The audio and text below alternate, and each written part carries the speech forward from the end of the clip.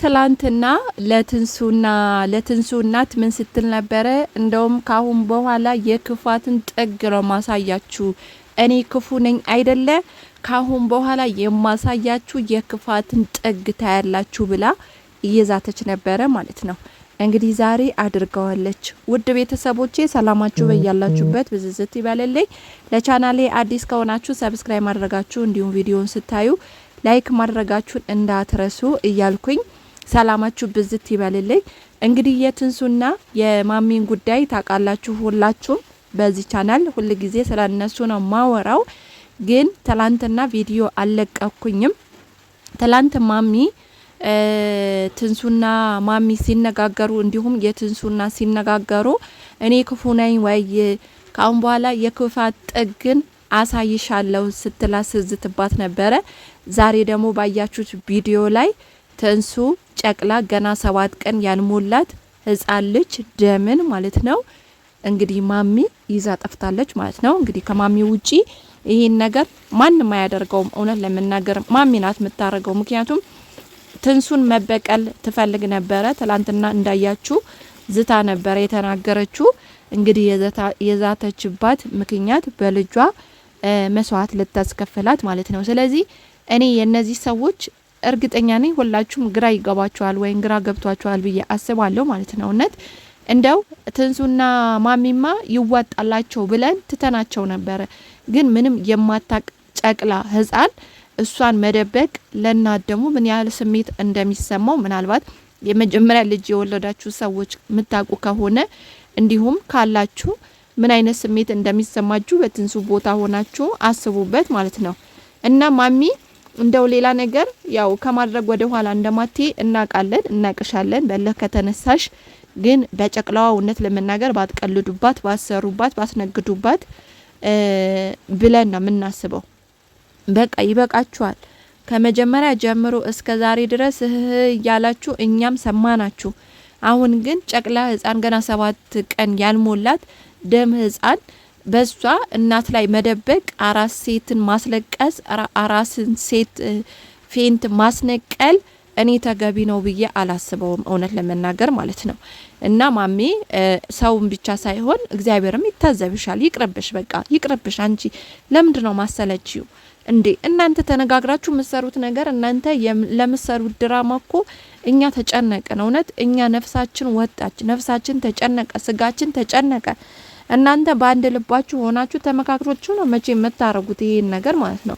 ሳትመካከሩ የሰው ልጅ በእንደዛ አይነት መከራና በእንደዛ አይነት ስቃይ ሊያሳልፍ አይችልም፣ ህግ ባለበት አገር ማለት ነው።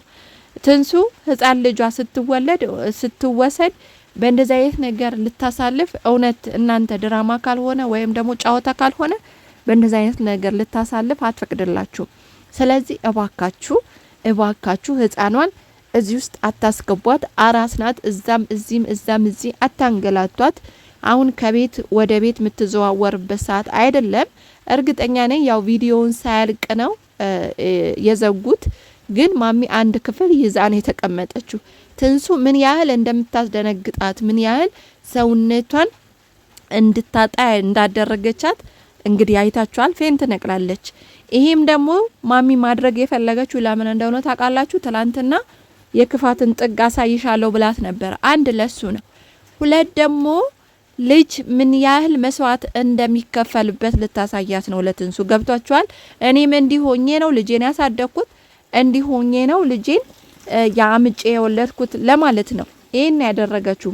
ምክንያቱም ትንሱ ለምን በቃ ልጅ እንደዚህ ካደረጋት እኔም ልጅነቴ ወይ እናትነቴ ለምን ረሳችሁ እንደዚህ እንደሆነ ላሳያት ልገምታት እያለች ነው እየመሰለኝ ያለው ማለት ነው። እኔ ማለት ነው ደግሞ የሚያደረገችው እንደዛ ነው። ግን ማሚ ይቅርብሽ ከህፃን ጋር። እውነት እቺ የእግዚአብሔር አራስ ናት። ካለቀሰችብሽ ታውቂያለሽ። ከመጀመሪያን ጀምሮ እርጉዝም ሆና ስታለቅስ ነበረ። ግን አሁንም በዚህ ልክ እንድታለቅስብሽ ህፃኗንም ወደዛ ወደዚህ ማንከራተትሽ እውነት ለመናገር በእግዚአብሔር የምትጠይቅበት ስራ ስለሆነ እባክሽ አቁሚ ማሚ። ይቅርብሽ፣ በቃ ይቅርብሽ። ከቻልሽ ቤትሽ ሂጂ፣ ካልቻልሽ ደግሞ በቃ አርፈሽ ሰላምሽን ፈጥረሽ ከነሱ ጋር ኑሪ። በቃ የአንቺ ቤትሽ የመሄድ ሱስ ከሌለብሽ ወይም ደግሞ ቤትሽ ማይናፈቀሽ ልጆችሽ ማይናፍቁሽ ባልሽ ማይናፍቅሽ ከሆነ በቃ ታያቸው፣ እነሱ ህይወታቸው ይኖርበት። እውነት እኔ አሁንማ እንደው እነዚህ ሰዎች አውቀው እየተጫወቱብን ነው። ካልሆነማ ለምን እናቷ ቤት ይዛ ለምን አትሄድም? ገብታችኋል? እዚህ ድራማ ላይ እንግዲህ እናትዮም ተጨምራለች፣ የትንሱ እናት ማለት ነው። ያ ካልሆነ እናቶች እንደዚህ አይነት ጭንቀት አይችሉም። እውነት ለመናገር እንደዛ ካልሆነ ለምን እናቷ አትወስዳትም?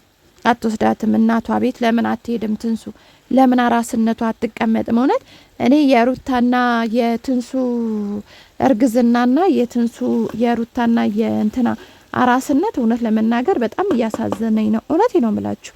በጣም እንዳራስ አንድ ቀን ሳይቀመጡ እንግዲህ አጡ እንዳንላቸው ድህነት ነው እኮ እንደዚህ ያደረጋቸው ያንከራተታቸው እንዳንላቸው። ደሃ አይደሉም።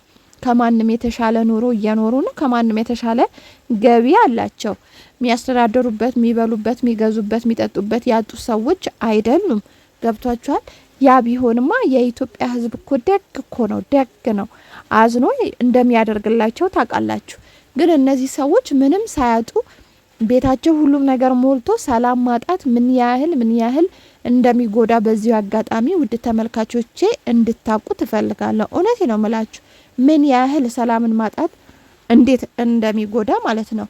ስለዚህ እኔ ትንሱና የሩታ ነገር እውነቴ ነው የምላችሁ በቃ በጣም ነው የሚያሳዝነው። ሩታም እንደዚህ ነበረች። አራስነቷ አንድ ቀን እንዳራስ ሳታይ እንዳራስ ሳትቀመጥ እንዳራስ እኔ ደና እንኳን እንቅልፍ አልተኙም። ታውቃላችሁ ሩታ ራሱ ከአራስ ከወጣች በኋላ ነው እንግዲህ ይሄ የሚያወፍር ነገር እየወሰደች የሚያወፍር ነገር ታውቃላችሁ፣ ብዙ ዩቲዩበሮች እየወሰዱ ነው እንዲወፍሩ ማለት ነው። እሱን እየወሰደች ወፈረች እንጂ አራስነቷ በነገር በንዴት በጭቅጭቅ በመከራ ስታሳልፈው ምን መስላ እንደወጣች አይታችኋል ማለት ነው። አሁንም ትንሱ በዚህ ሰልፍ ነው እያለፈች ያለችው። ይህንን ነው እየተደረገባት ያለው። እንግዲህ አስባችሁታል። ፌንት መልቀም ገና እኮ አራስ ናት፣ የእግዚአብሔር አራስ ናት። በዛው ጸጽልት ትችላለች። አራስ በጣም በቃ ታውቃላችሁ፣ አራስነታችሁ እስከምጨርሱ ድረስ እናንተ በቃ ሞታችሁ መጠባበቅ ነው። በቃ አራስ ስለወለዳችሁ ብቻ ጤናማ ናችሁ ማለት። ገና ሰውነቷ አልጠነከረም። ታውቃላችሁ አሁን አላዛር ራሱ ሲይዛት መርፌ የተወጋው ቦታ እኮ በጣም ያመኛል። ገና ሰውነቷ አልጠነከረችም። ገና ብዙ እኔ በዚህ ልክ ለምን እቃቃ መጫወት እንደፈለጋችሁ ባይገባንም፣ ግን ለማንኛውም ማሚ ይበቃሻል። እውነት በህፃን አትጫወች። በቃ እንደዚህ አይነት ነገር አቆሚ። ይበቃል። በቃ ይበቃል። እንዴ ምንድነው? እኔ እንደውም ከወለደች በኋላ በቃ ይሻላሉ እዚህ ቤት ሰላም ይፈጠራል ብዬ ነበር ያሰብኩት። ባሰባቸው ማለት ነው። ለማንኛውም ውድ ቤተሰቦቼ ሰላማችሁ ብዝት ይበል። ቻናሌን ሰብስክራይብ፣ ላይክ ያደረጋችሁ ቤተሰቦቼ ሁኑ። መልካም ጊዜ ባይ